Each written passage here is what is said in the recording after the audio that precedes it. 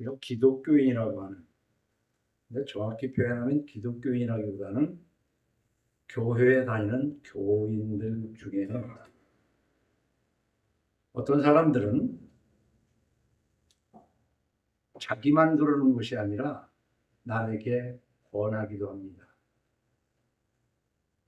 처음 여자가 선악과를 먹었을 뿐만 아니라 먹고 남편에게도 주는 것처럼 교회에 다닌다면서 점치러 다니는 사람들이 있다 그 말입니다.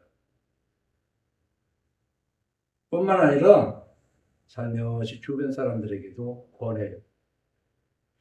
오늘 이사야 8장 19절로 22절 말씀은 뭐 복잡할 것도 없어요. 한글만 알면 다 이해할 수 있는 내용입니다. 답답한 일이 있어? 유명한 점집이 있어. 거기 가서 마음을 풀어라. 그러면 산 자가 죽은 자에게 묻겠느냐? 그렇게 대답하라. 그건 산 사람과 죽은 사람의 구별을 못하는 사람들이라는 거예요. 그러면서 그 뒷부분에는 너희가 그렇게 할 때 아주 고통을 받을 것이다. 하나님을 저주할 정도로 고통이 올 것이라는 얘기예요. 어떻게 보면 기독교에서 가장 기본적인 내용입니다. 하나님은 질투하시는 여호와인데요. 무엇에 질투하시겠습니까? 주절거리며 속살거리는 신접한 자를 찾아다닌단 말이에요. 그러니까 그 말씀을 잘 알아야 됩니다. 그 답변, 그런 것을 권하는 사람한테 살아계신 하나님의 자녀가 죽은 자를 의지하겠느냐? 그리고 그런 사람들은 굶주리다가 하나님을 원망하며 흑암과 고통에 들어가게 된다. 이 짧은 말씀을 마음에 잘 새기는 저 여러분 되기를 예수님 이름으로 축원합니다. 요즘은요, 우리가 어려서는 군사 정권이 들었을 때는 이런 무교를 싹 처리했습니다. 미신들을 아주 척결을 했어요. 그런데 요즘은 이 미신이 아주 기가 등등해가지고 나라를 좌지우지하고 있을 정도예요. 그것도 하나의 종교라고 종교의 자유를 주장하고 있지 않는가. 우리가 이런 무당을 척결하려고 그럴 때 타 종교를 비난한다고 말하는 사람도 있어요. 모든 종교는 자유가 있는데 그것도 교회 다니는 사람들 중에 종교는 자유가 있다고 얘기를 한다면 그 사람은 예수 안 믿은 거예요. 평생을 믿었던 그 이름이 목사든 장로든 그건 잘못된 것이다. 또 때로는 그래요. 점집을 가는데 에이 뭐 특별히 뭘 내가 믿나 그냥 심심풀이 삼아서 심심풀이 삼아 점을 쳐요.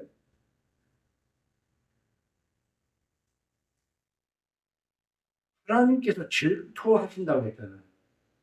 그러면 하나님의 질투와 가정에서 부부간의 질투로 따지면 바람 피는 것을 에이 뭐 그냥 심심풀이 삼아 심심풀이로 바람을 피운다고 생각하는 사람도 많이 있을 거예요. 교회 다니면서 이런 짓을 하는 사람들이 있는데 누가 있겠느냐 하겠지만은 제가 쭉 주일학교에서부터 지금 70이 넘긴 이때까지 이 기독교계를 보면요. 대개는 그 교회에 여자분들이 이제 나이가 들면 권사가 되는데 이 권사들 중에서 이렇게 잘못 나가면요. 이런 분들이 자기가 또 점을 쳐요. 그리고 자기가 뭔 얘기를 해주고 그런 정도는 아니라 하더라도 이제 이렇게 집사가 되고 뭐 이럴 무렵에 이제 좀 나이가 들어서 자녀들을 혼인하고 그럴 때 공공연히 하는 사람은 많지 않지만 뒤로 사주를 다 본다고. 참 답답한 심정을 금할 수가 없어요. 참 답답해요. 저는 그래서 오늘 우리가 예수를 믿는 것이 무엇이냐고 그럴 때 가장 기본이 바로 주절거리며 속살거리는 신접한 자와 접하는 것은 그건 기본이 아주 안 된 거다. 그러면서 교회의 어떤 타이틀을 가지고 그게 무슨 계급장처럼 벼슬처럼 생각하는 사람들이 생각보다 꽤 있어요. 그래서 저는 이거를 성경에서도 우리 신앙을 집으로 비유를 합니다. 오늘 204장에서도 찬송을 했지만 그것이 아니라 끝에 불러야 할 찬송이 글이 들어가서 그냥 회개 찬송이 아니라 204장을 불렀습니다만은 건물이 말이에요. 그 외관이 어떤 예술가가 디자인을 해가지고 참 외관이 멋지고 재료도 아주 고급 비싼 재료로 건물을 친 고층 건물이라 하더라도요. 한번 생각해 보세요. 지하층이 없고 그냥 땅 위에다만 집을 쳤어요. 1층 짓듯이. 그리고 고층으로 졌는데 요즘 뭐 아파트 뼈대가 없어서 순살이라는 말을 쓰는데 벽이 됐든 기둥이 됐든 받칠 것이 있어야 되는데 그것이 단단하지 못한 두 가지로 기초가 없고 기둥이 튼튼하지 않은 외관이 아무리 예술적이고 멋지고 비싼 재료를 썼다고 하더라도 그 무슨 건물 거기 들어가서 폼 잡고 살다가 어느 집에서 같이 죽는 거예요.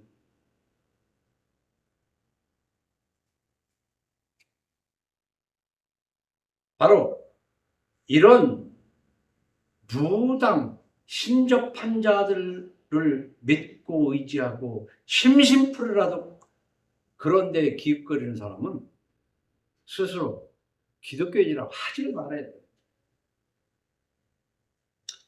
그래서 이것에 대해서는 이렇게 짧게 나왔지만은 시편 115편을 보면 아주 자세하게 설명을 하고 있어요. 그래서 이거 그냥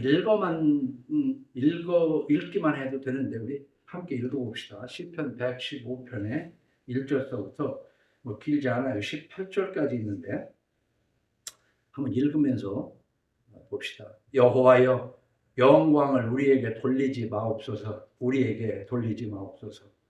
오직 주는 인자하시고 진실하심으로 주의 이름에만 영광을 돌리소서. 우리 신앙생활 하는데 이 모든 영광을 하나님께 돌리는 것이 핵심입니다. 그런데 어떻게든 영광을 하나님에게서 나한테로 돌리려고 하는 목사들이 대부분이에요.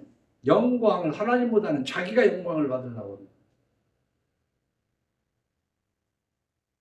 뭐 길게 이러면은 뭐 한도 끝도 없으니까 2절 어찌하여 온 나라가 그들의 하나님이 이제 어디 있느냐 말하게 하리까? 오직 우리 하나님은 하늘에 계셔서 원하시는 모든 것을 행하셨나이다. 이런 신앙 고백이 있어야 되고 참 하나님은 말씀으로 빛이 있으라 하심에 빛이 있었고 그 모든 것을 말씀으로 만드셨고 또 말씀으로 우리를 복을 주시고 말씀으로 구원을 하신 거예요. 그들의 우상들은 그랬습니다. 은과 금이요 사람이 손으로 만든 것이라. 입이 있어도 말하지 못하며 눈이 있어도 보지 못하며 귀가 있어도 듣지 못하며 코가 있어도 냄새 맡지 못하며 손이 있어도 만지지 못하며 팔이 있어도 걷지 못하며 목구멍이 있어도 작은 소리조차 내지 못하느니라. 그 우상이라는 것들이 뭐 말하고 냄새 맡는 거 봤어요? 그리고 그것이 하늘에서 떨어진 거예요? 쥐가 만들었잖아요. 아니면 그걸 만드는 기술자가 만드는 거 아니에요. 장인이 만드는 거 아니에요. 그리고 그 앞에 가서 손바닥을 비비고 고개를 조아리고 허리를 굽히고 하잖아요. 해봤잖아요. 응? 사람이 개나 돼지도 안 하는 짓을 사람이 한다. 자 보세요. 그런 거 사람이 만졌잖아요. 우상들을 만드는 자들과 그것을 의지하는 자들이 다 그와 같으리로다. 이 8절 말씀은 여러분들은 어떻게 해석합니까? 그걸 만들고 그것을 의지하는 자들, 그것 앞에 가는 자들은 그 우상들처럼 눈이 있어도 보지 못하고 귀가 있어도 듣지 못하고 코가 있어도 냄새 못하고 바보 되어버린다는 거예요. 응? 그와 같이 될 거라는 것이지. 그러나 이스라엘아, 아니 이스라엘아 그러잖아요. 이스라엘아. 하나님을 믿는 자들아, 하나님의 백성들아, 예수 믿는 자들아 그 말이에요. 여호와를 의지하라. 제가 여러분에게 우리 신앙생활 다른 건 뭐냐면은 인간을 의지하는 것에서 벗어나고 하나님을 의지하는 게 신앙이에요. 어려서는요, 뭐니 해도 엄마 아빠가 하나님이죠. 엄마 아빠 말고 의지할 게 뭐 있어요. 그저 의지할 게. 근데 30, 40이 넘어서도 부모밖에 의지할 데가 없으면 이게 뭐냐고. 어? 그래서 우리나라는 그 30, 40 아직 결혼 못하고 함께 사는 걸 캥거루족이라고 그러는데 그 캥거루족이라는 말을 캥거루가 들으면 화를 낸대요. 나는 새끼를 여기다가 앞에다가 품어도 1년밖에 안 품고 1년만 지나면 그냥 가혹하게 내쫓는데 쥐들은 3, 40년을 끓이고 있으면서 나를 빗대냐. 캥거루가 화를 낸다는 거야.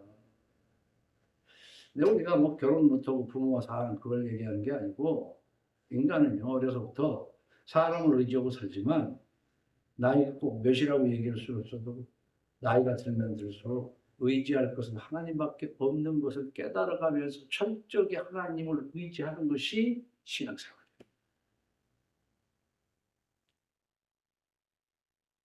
근데 이 유다 왕 아하스는 뭐라고 그랬어요? 아, 난 하나님 의지하지 않겠다고. 그런 징조 같은 거 구할 필요도 없다. 이스라엘아 여호와를 의지하라. 그는 너희의 도움이시요 너희의 방패시로다. 아론의 집이여 여호와를 의지하라. 그는 너희의 도움이시요 너희의 방패시로다.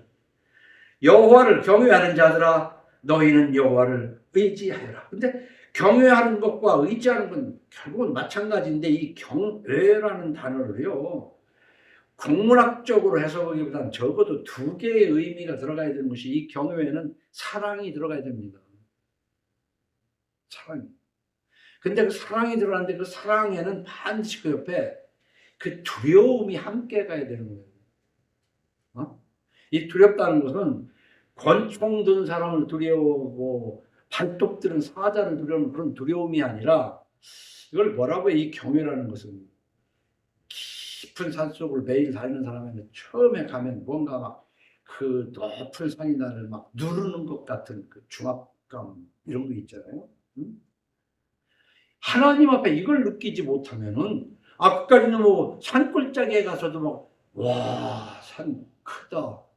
큰 빌딩의 중압감에 내지는 군에서 아주 저 밑에 장병이 위에 높은 그 계급 높은 사람을 만나서 막 이 위압감을 느끼는 것 같은 그것만큼도 하나님에 대한 위압감이 없으면 그 예수 믿는 거 한번 다시 생각을 해봐야 돼요. 그래서 이게 경외라고요. 하나님을 사랑하는데 한국 교회는요 이 사랑 타령으로 늘 얘기하지만은 경외하지를 못하고 그냥 하나님을 사랑한다고 하면서 그냥 난장판이 돼버렸어. 난장판이. 그 사랑하는 게 아니야. 사랑은 뭐예요? 말씀을 순종하는 게 사랑이지 두 손 높이 들고 눈물 흘리고 사랑해요. 응석 부리는 그런 사랑 하나님이 원하는 게 아니야.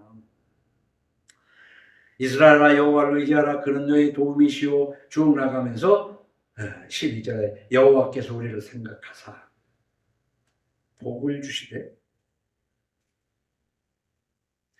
이스라엘 집에도 복을 주시고 아론의 집에도 복을 주시며 높은 사람이라 낮은 사람을 막론하고 여호와를 경외하는 자들에게 복을 주시리로다.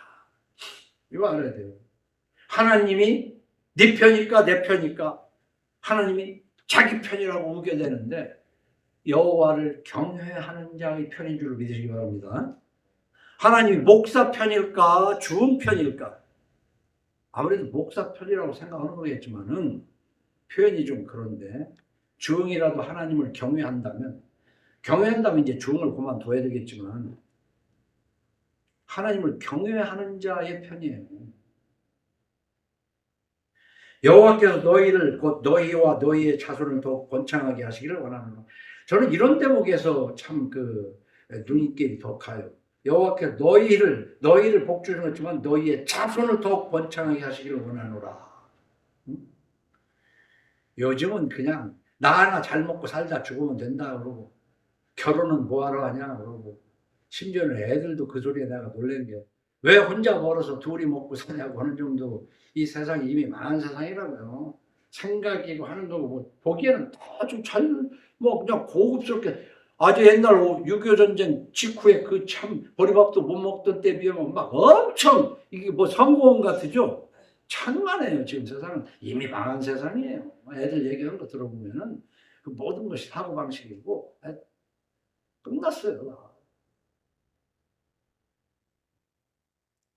너희는 천지를 지으신 여호와께 복을 받는 자로다. 이 대목이 좋은 거예요. 우리가 복을 받는데 어디에 뭐 천지를 지으신 여호와께 복을 받아야 돼요. 응? 그러니까 악인의 궁정에서 첫날보다 하나님의 문지기로 하루 요 비교 가치관이 있어야 돼요. 응? 하나님의 방법이 아니한 어마어마한 금전보다는 하나님이 주시는 일용할 양식으로 사는 것을 택할 수 있어야 그게 예수님인 것이다. 그것이 아니고 그럼 자본주의에 함몰돼가지고 뭐 아무것도 아니죠. 하늘은 여호와의 하늘이라도 땅은 사람에게 주셨다. 죽은 자들은 여호와를 찬양하지 못하나니 적막한 데로 내려가는 자들은 아무도 찬양하지 못하리라. 천국과 지옥의 차이가 뭐냐? 뭐 천국은 뭐 그냥 생명강이 흐르고 무슨 뭐 과일이 누렁누렁해서 마음껏 먹고 하도 배고픈 야국 싸움 해서 그럼 천국을 막 실컷 뭐 먹고 사는 데가 아니야. 천국은. 지옥은 어떤 곳이냐? 뭐 고통받고 물론 성경에 되어 있지만 하나님이 계시지 않는 곳이에요. 그리고 지금 하나님이 어디 있느냐 하면서 하나님과 함께 살지 않는 그들이 어마어마하게 비싼 디자인과 자재로 지은 집에서 먹고 살을지라도 그게 지옥이야. 거기가 지옥이야. 이상한 소리지.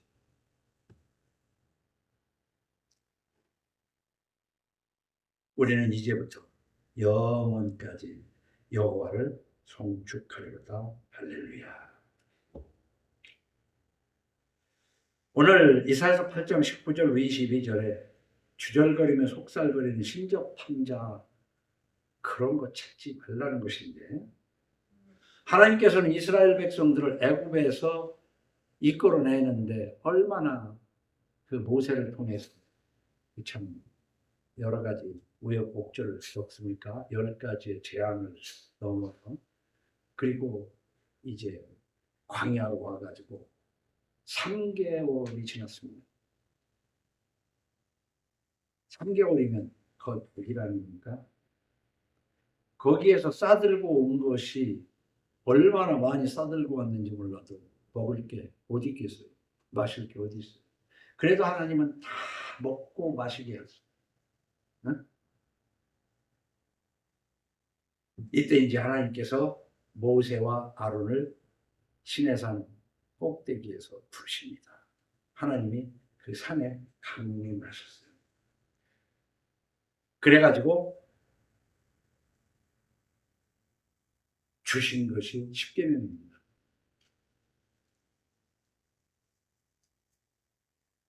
우리 기독교 신앙의 가장 지하층, 기본, 튼튼하게 하기 위해서 그 기본이 십계명이에요.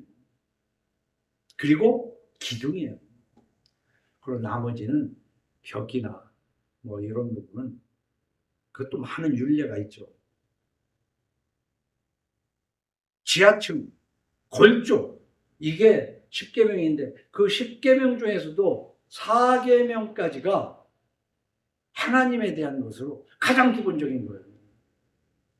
그러니까 10계명도 좀 분석을 해보면요, 10가지 계명이니까 10계명이라고 하는데 1에서 4계명은 하나님에 대한 계명이고 5계명에서 10계명까지는 사람에 대한 계명이지만 계명의 첫 번째, 그러니까 5번째가 사람에 대해서는 첫 번째 아닙니까?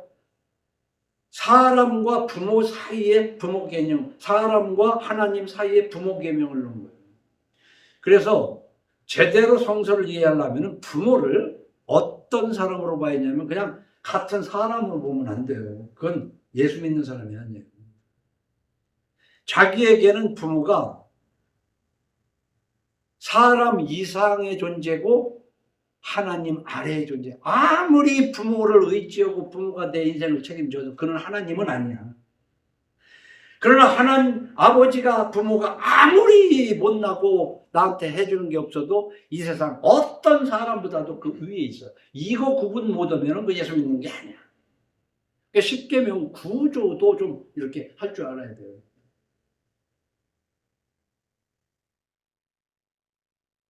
그런데 10계명, 1계명에서 4계명까지 중에서 첫 번째 계명이 다른 신들을 내게 두지 말라는 거 아닙니까?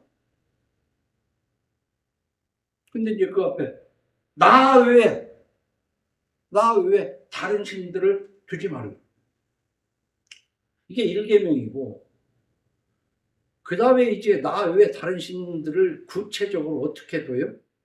너를 위하여 새긴 우상을 만들지 말고 새긴 우상 만들지 말란 말이에요.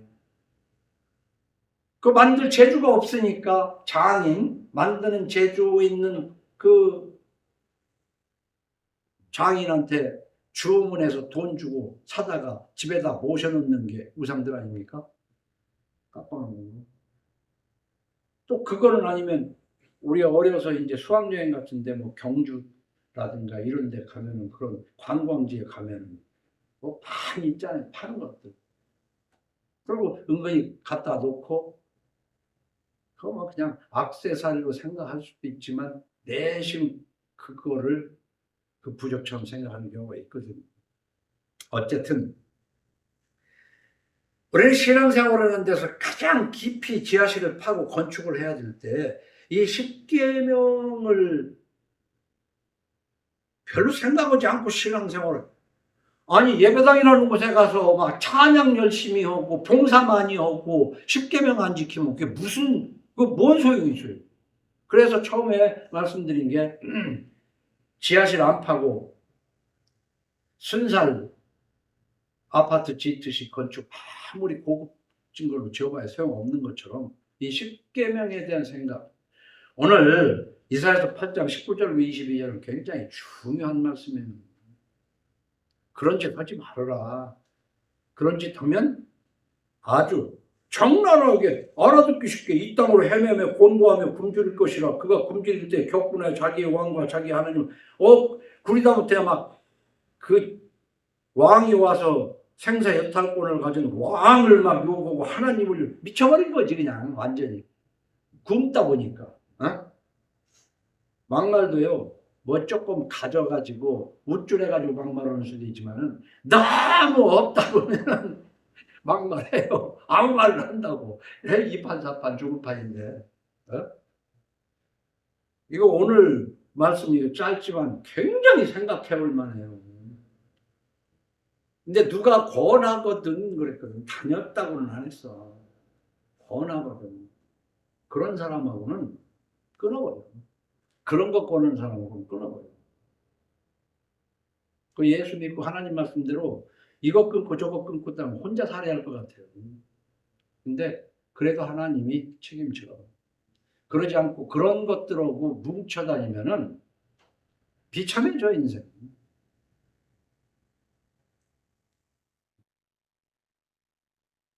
그래도 십계명이니까 한번 끝까지 읽고 지날 테니까 너는 나 외에 다른 신들을 내게 두지 말라. 너를 위하여 새긴 우상을 만들지 말고 또 위로 하늘에 있는 것이나 아래로 땅에 있는 것이나 땅 아래 물속에 있는 것에 어떤 형상도 만들지 말며, 어떤 형상도 만들지 말라는 거예요. 한번 이거 깊이 생각해야 돼요. 그 공작하는 사람들, 조각하는 사람들은 뭔가를 만들 거 아니겠습니까? 예술의 한 영역이기도 하겠지만은 그것을 만들면서 이것이 신적인 어떤 그 느낌을 불어넣게 되면은 그건 지금 인생 끝나는 거야. 그런데 이제 누군가가 만들었지만 그것들에게 절하지 말며 그것들을 섬기지 말라. 나 네 하나님 여호와는 질투하는 하나님인즉 나를 미워하는 자의 죄를 갚되 아버지로부터 아들에게 3, 4대가 이렇게 할. 나를 사랑하고 내 계명을 지키는 자에게는 천대까지 은혜를 베푸느니라. 너는 네 하나님 여호와의 이름을 망령되게 묻지 말라. 이 이제 셋째 계명 망령, 하나님을 아주, 이거 이제 너무 뭔가 좀 먹고 살만하니까 하나님을 함부로 부르기도 할 수도 있지만은 또 너무 없어서 눈이 뒤집혀가지고 또 하나님을 망령되게 부르는 수도 있거든요. 예를 들면 우리가 잘났든 못났든 부모인데 친구들이 부모를 망령되게 욕하면 가만히 있을 사람 없잖아요. 근데 천지를 창조하신 하나님이 이런 말 듣고 가만히 있겠어요? 지나가는 말로 장난이라도 하나님 함부로 하나님에 대해서 원하면 큰일 나. 이걸 아는 게 예수 믿는 거란 말이에요. 끝까지 다 읽긴. 그래서 저는 그렇게 전하고 싶어요. 첫째 계명에서 네 계명은 건물의 지하층과 골격에 해당하는 건데, 이런 것이 없는 것을 요즘 순살 아파트라고 하던데 순살 교인이다. 순살 교인, 뼈대 없는 교인들, 비갯덩어리 교인들. 성경에 보면요, 이스라엘 백성이 모세를 따라서 그 광야를 가다가 3개월이 지나고 그 이전도 그렇고, 아니 거기서 가지고 온 거 떨어진 지가 언제인데 그래도 굶지 않고 먹었는데 감사할 줄 모르고 원망불평했죠. 하나님이 싫어하는 것이 원망불평이거든요. 하나님이 먹이고 입히는데 왜 원망불평을 해? 그러니까 우리가 상대적으로 다른 사람, 다른 친구에 비해서 못해가지고 하나님을 원망불평할 수가 있었고, 그래서 이스라엘 백성들이 불뱀에 물렸습니다. 흔히 독사에게 물려도지만 이 불뱀은 독이 정말로 강해가지고 불 같은 열이 나서 죽어요. 그게 이제 그들이 곡을 하고 하니까 모세를 통해서 놋으로 불뱀을 만들어가지고 이걸 보는 자는 살 것이다 해가지고 살았어요. 아직 죽지 않은 사람들은 고쳐지기도 하고. 이제 이 놋으로 만든 불뱀이 있는데, 이 사람들이 하나님을 따라가면서 하나님이 뭔가를 주시는 그 하나님이 주신 그것을 따라가요. 우리가 저기 신접한 자들 무당을 찾아가는 것도 그렇지만 우리가 교회 안에서 우상들이 많습니다. 이 놋뱀을요, 이스라엘 백성들은 두고두고 히스기야 왕 때까지 그걸 두고 섬겼어요. 하나님 믿는다는 사람. 그래서 히스기야 왕이 그것을 막 파쇄했잖아요. 파쇄하면서 느후수단 그랬는데, 우리가 이제 그 히브리 말이니까 모르죠. 뭐 대단한 말 같지만 그런 게 아니고 이건 그냥 놋으로 만든 것일 뿐이다. 그 말이 느후수단이거든요. 놋으로 만든 것일 뿐인데 그것을 믿는 이스라엘 백성들을 우리는 성경에서 보고 있잖아요. 근데 이스라엘 쪽 가다가, 아니 가나안 땅에 가서 브레셋하고 전쟁을 합니다. 근데 브레셋하고 전쟁을 하다가 그냥 오용병하면서 4천 명이 죽었어. 그러니까 이제 돌아와 가지고는 큰일 났다. 이거 4천 명이나 죽었는데 그럼 어떻게 할까? 생각하다 못해 법궤가 생각이 났어.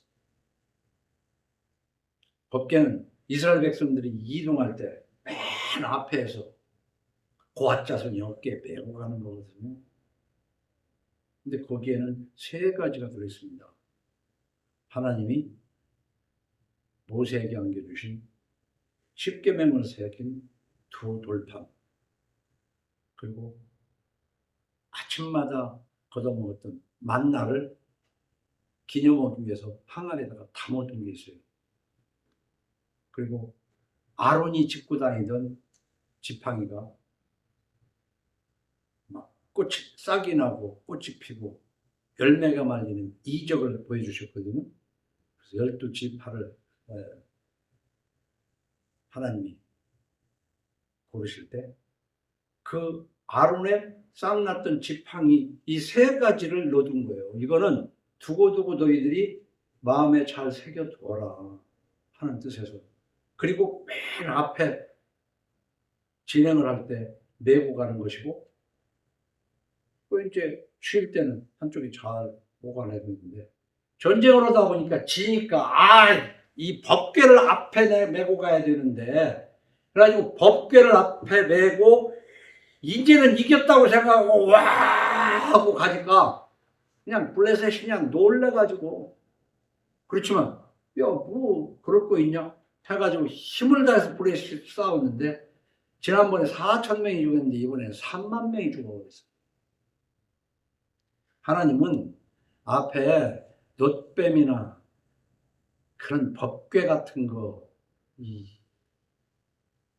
내세우고 그게 하나님을 의지한다고 착각하는 사람들에게 더 큰 화를 주시는 분입니다. 우리 예수 믿을 때 이거 잘 생각해야 됩니다.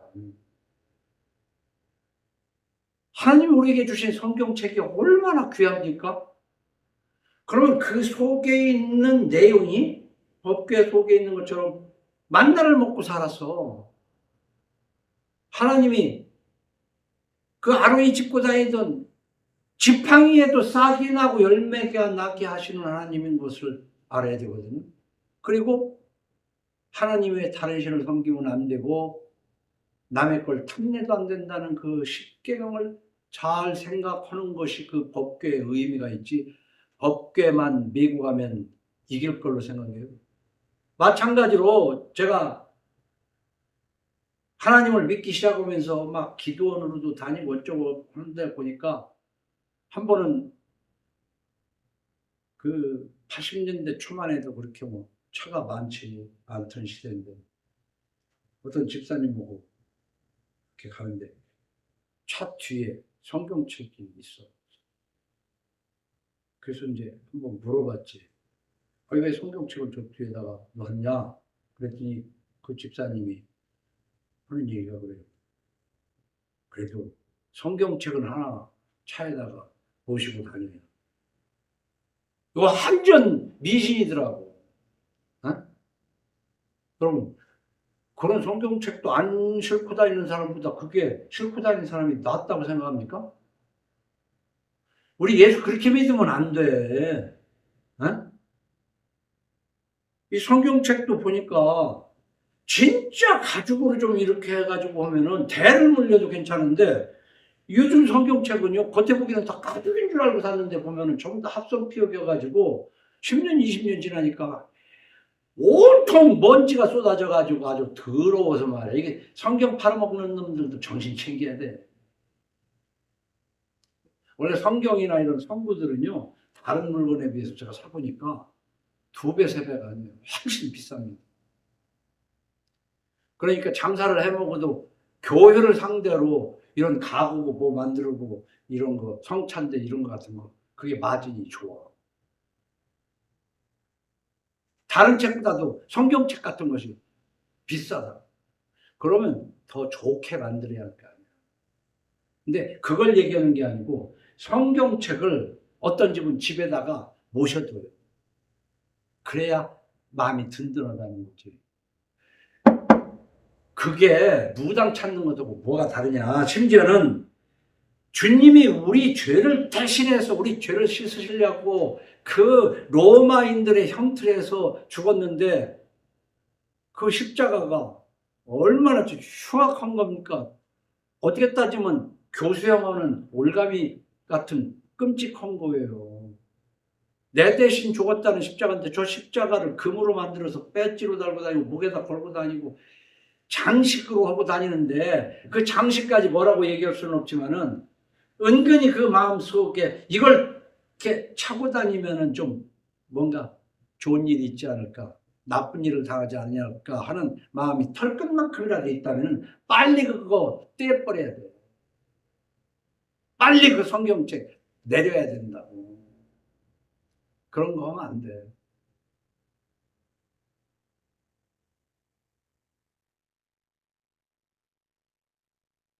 반면에 예배당이 지금 성경책이나 십자가처럼 미신이 돼버린 한국교회란 말이에요. 성도가 교통하는, 서로 모여서 교통하는 것은 우리 사도신경에도 신앙고백에도 나오는 거예요. 성도가 서로 교통하는. 교통하려면 만나고 서로 찾아다니고 해야 될 거 아니에요. 어? 근데 큰 교회 다니는 사람들끼리 얼마나 그 교통을 그렇게 합니까? 자기끼리 성향이 맞는 사람끼리 나가가지고 2차로 술이나 먹고 이상한 짓 하고 다니는 거라고 몰라도 정말 하나님 말씀 안에서 교통하는 거예요. 제 얘기는 피를 나눈 형제끼리도 교통을 못하면서 어디 교회에 가서 교통을 하겠냐는 얘기예요. 응? 가정성화교회라는 거 아니에요. 가정이. 부부간에 교통하고 형제간에 교통하고 이런 교통이 있어야 되는데 그런 교통은 못 오면서 큰 교회에 가서 내가 어느 큰 교회 다닌다고 자랑 삼아서 그리고 거기에 가야 특별 은총을 받는다고 그렇게 생각을 해요. 또 목사가 그렇게 설명하고. 그래서 한국교회 특이한 것이 뭐냐면 이미 썩어 문드러진 가톨릭은 어느 성당 어디에 가도 관계없어.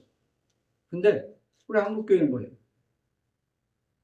꼭 자기 교회에 나가야 되는 거라는 거예요. 자기 교회. 그 교회. 그게 특별 은총이라고. 그게 다 뭐겠어요? 더 길게 설명을 할 거는. 그래서 저는 예배당하고 성탄을, 이 미신적인, 이 성탄은 미국 자본주의 마케팅에 의해서 변질된 거예요. 삼겹살데이, 빼빼로데이, 이런 거 다 장사꾼들의 농락에 놀아나는 거예요. 그것들을 지금 성은이서부터 애들 다 그거 뭐 할로윈데이, 놀아나지 마라 그런 거. 그거 다 못 쓴 거예요. 그거. 그 비신앙적이라고. 그런 거를 어려서부터 알고 가면 그게 무슨 성선. 그런데 성탄절도 똑같이 되어버렸다. 빼빼로데이 오고 할로데이 오고 성탄절 오고 뭐 달라요? 예수님이 오신 건 우리에게 최고의 은혜입니다. 그러나 성탄절이 그렇게 변질된 성탄절이라면 지키지 말라는 것이지. 성도가 서로 교통하기 위해 하나님께 모여 예배하기 위해서 모이는 자리는 귀한 것이지만 거기를 가야만 특별 은혜가 내리는 것처럼 생각하는 미신이 십자가를 여기다 달고 다니는 것하고 주절거리고 속살거리는 신접한 자를 찾는 것하고 큰 차이다. 그런데 반면에 기독교인들이라고 할 수 없죠. 교인들이죠. 교인들 중에 귀신을 부정하는 사람이 있어요. 첨단 과학시대에 무슨 귀신 타령이 있는 거예요. 예수 믿는 사람들 중에서 귀신을 부정하는 사람이 있다니까요. 하나님이 어디, 귀신이 어디 있냐고? 그 성사적 무지야.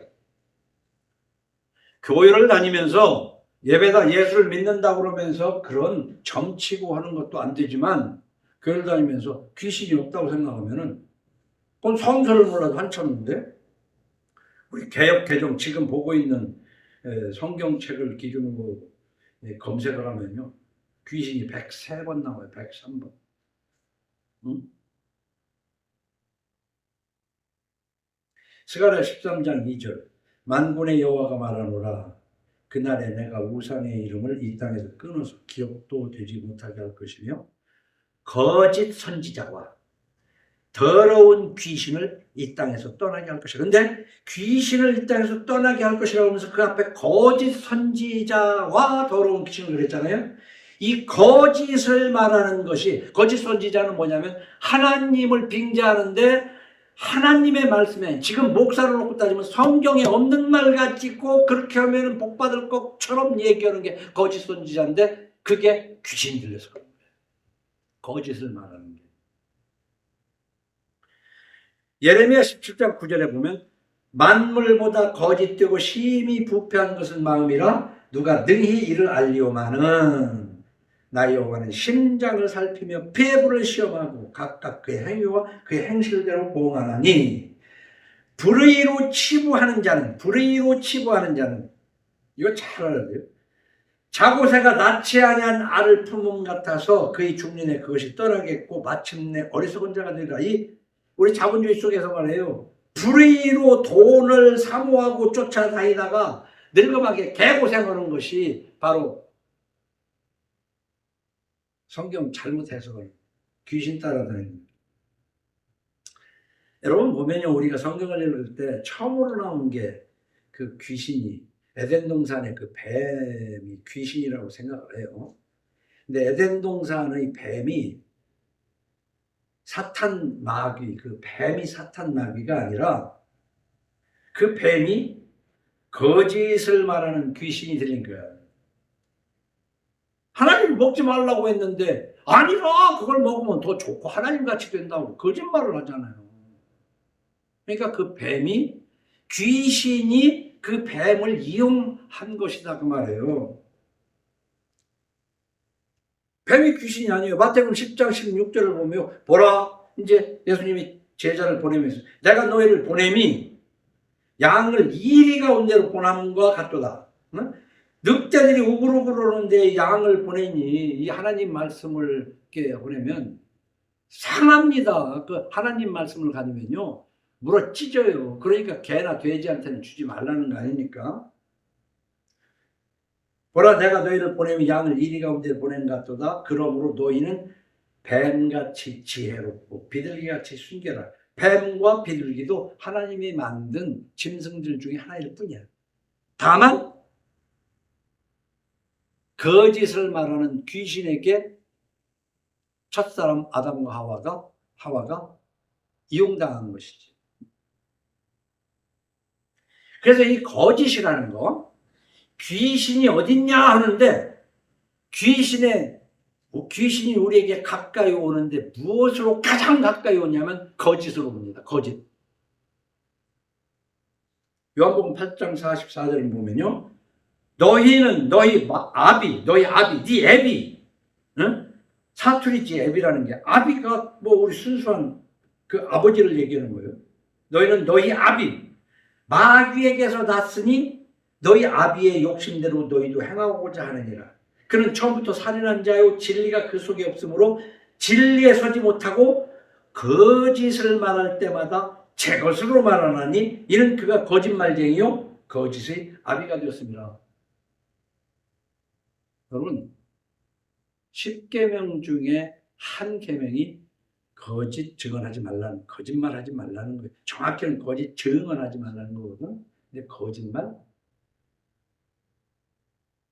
내가 애들을 기르면서 이 거짓말하는 것 때문에 아주 정말 열받는데, 그냥 밥 먹듯이 그냥 순간순간 거짓말하는 거, 그거 그냥 그러려니 하면 안 돼. 그거 반드시 뽑아야 돼. 그거 절대 안 되는 거야. 왜? 마귀 새끼니까. 근데 그게 뱀이 마귀가 아니야. 그 안에 마귀가 들어왔다. 다른 거 아니야. 귀신이 없다고 하는데 거짓말하는, 그게 지금 귀신이 들어와서 거짓말을 하는 거예요. 귀신이 들어와서.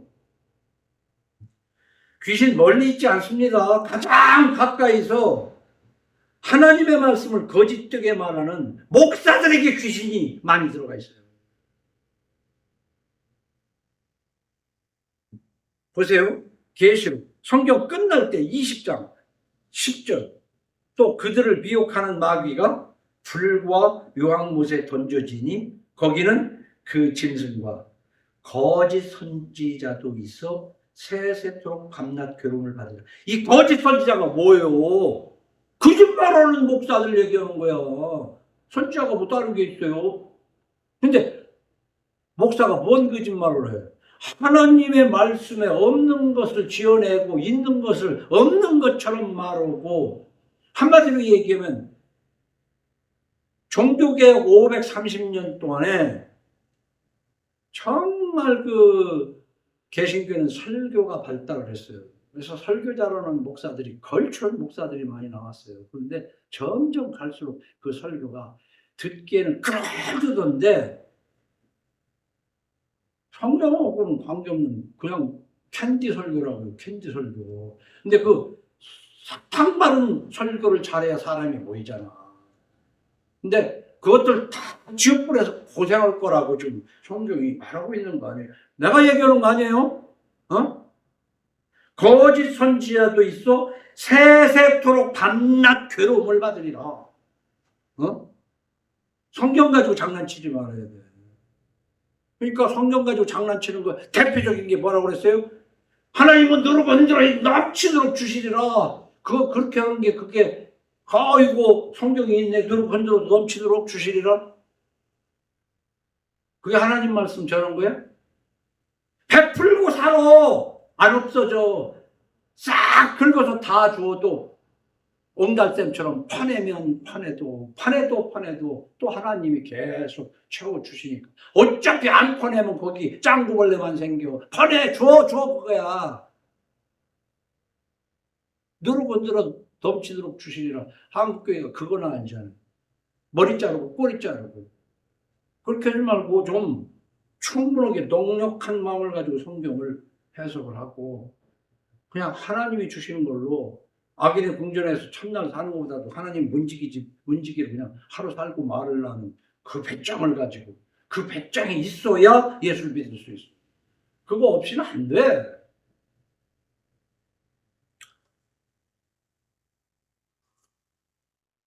하나님의 말씀을 사사로이 설교하는 죄가 이 세상에 살인 강조죄보다 더 큽니다.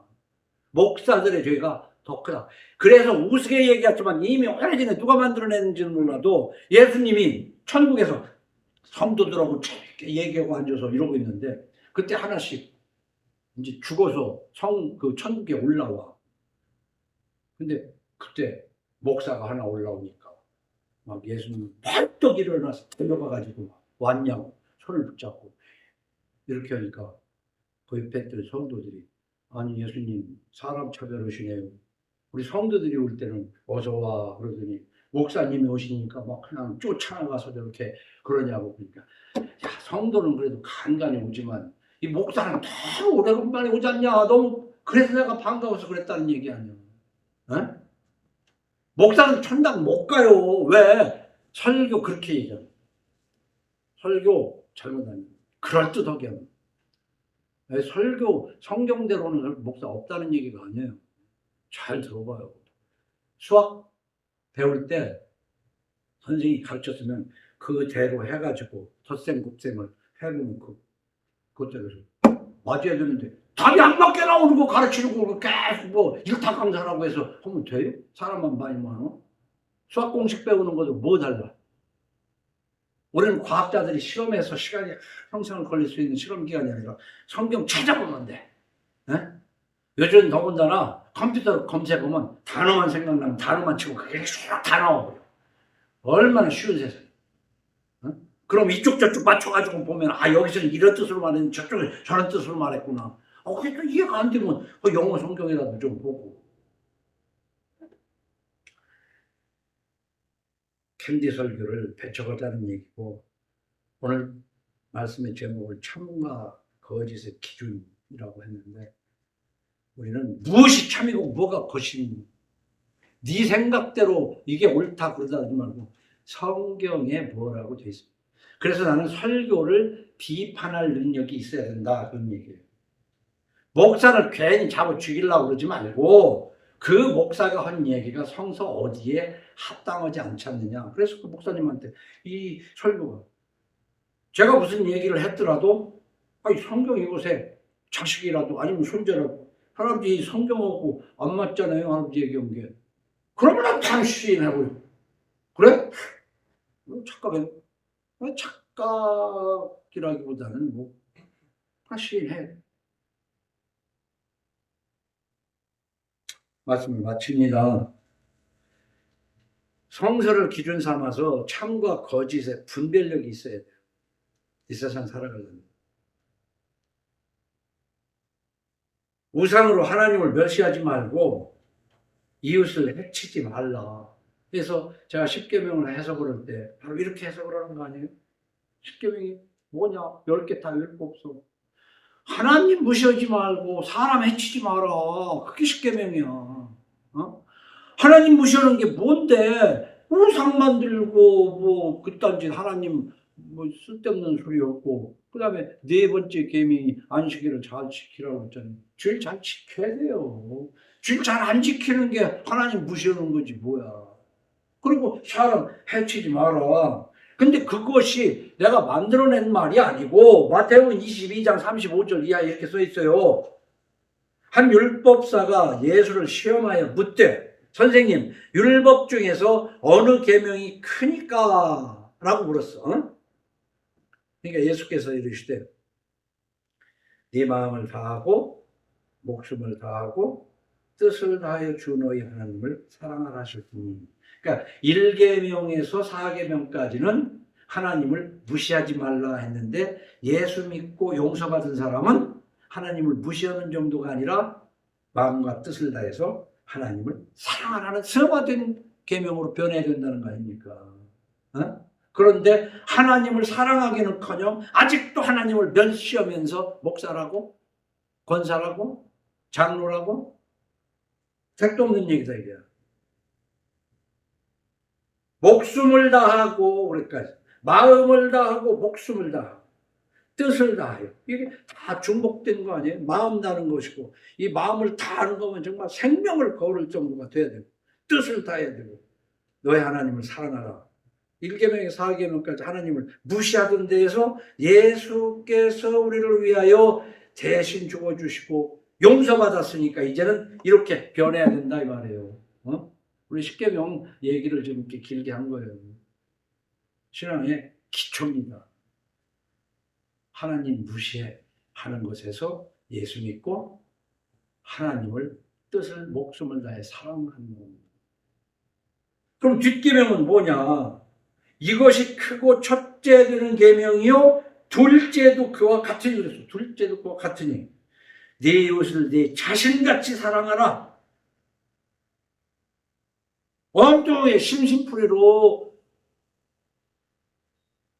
점치러 다니는 것처럼 심심풀이로 연애하러 다녀? 사람 죽이고 거짓말하고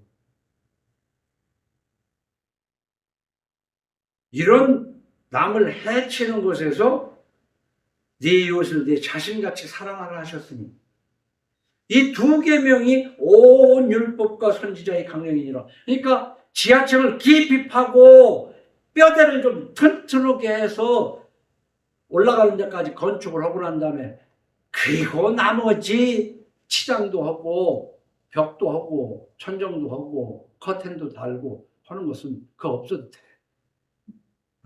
그러니까 농사를 짓는데 싹 다 걷어서 먹지 말고 내 귀퉁이는 좀 가난한 사람이 와서 먹게 하고 또 옮기다 보면 거기에 이삭이 떨어지는 거 가난한 사람이 와서 애들이 주워다가 그냥 배를 누리게 좀 그렇게 해라 하는 것은 못해도 십계명은 지키죠. 응? 예수님. 근데 그 십계명을 깊이 기초를 튼튼하게 할 뿐만 아니라 반모퉁이를 좀 남겨놓을 정도의 그런 삶이라면 남의 걸 뺏고 거짓말하는 것은 할 수가 없지.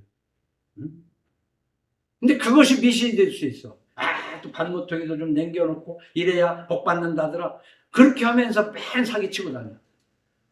어? 우리 잘 생각해야 됩니다. 만물이라는 것은 뭡니까? 존재하는 모든 것에 다 원인이 있어요. 그 첫 번째 원인이 창조주이신 것을 믿으시기 바랍니다. 그리고 그 창조주가 정말 형편없이 에덴 동산에서 쫓겨나서 형편없이 살던 그 전부 다 멸망할 수밖에 없는 존재인데 그 유태인들이 하나님의 말씀을 주어도 안 받기 때문에 우리는 이제는 이방을 향해서 가야 되겠다 해서 걔들이 거부하는 바람에 우리가 하나님 말씀 받게 된 걸 감사해야 돼. 응?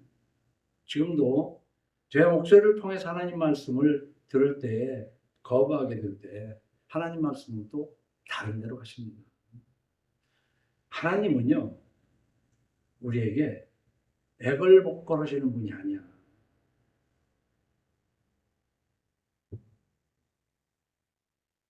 우리가 십계명을 지키지 못했기 때문에 예수를 믿지 않고는 하나님과 하나가 될 수가 없습니다. 그러나 예수를 믿어서 이제 하나가 됐다면은 십계명을 승화해서 목숨을 다해 하나님을 사랑하고 이웃을 사랑할 수 있어야 될 줄로 믿으시기 바랍니다. 그래서 우리는 마태복음 7장을 잠깐 한번 슬쩍 지나가. 마태복음 7장에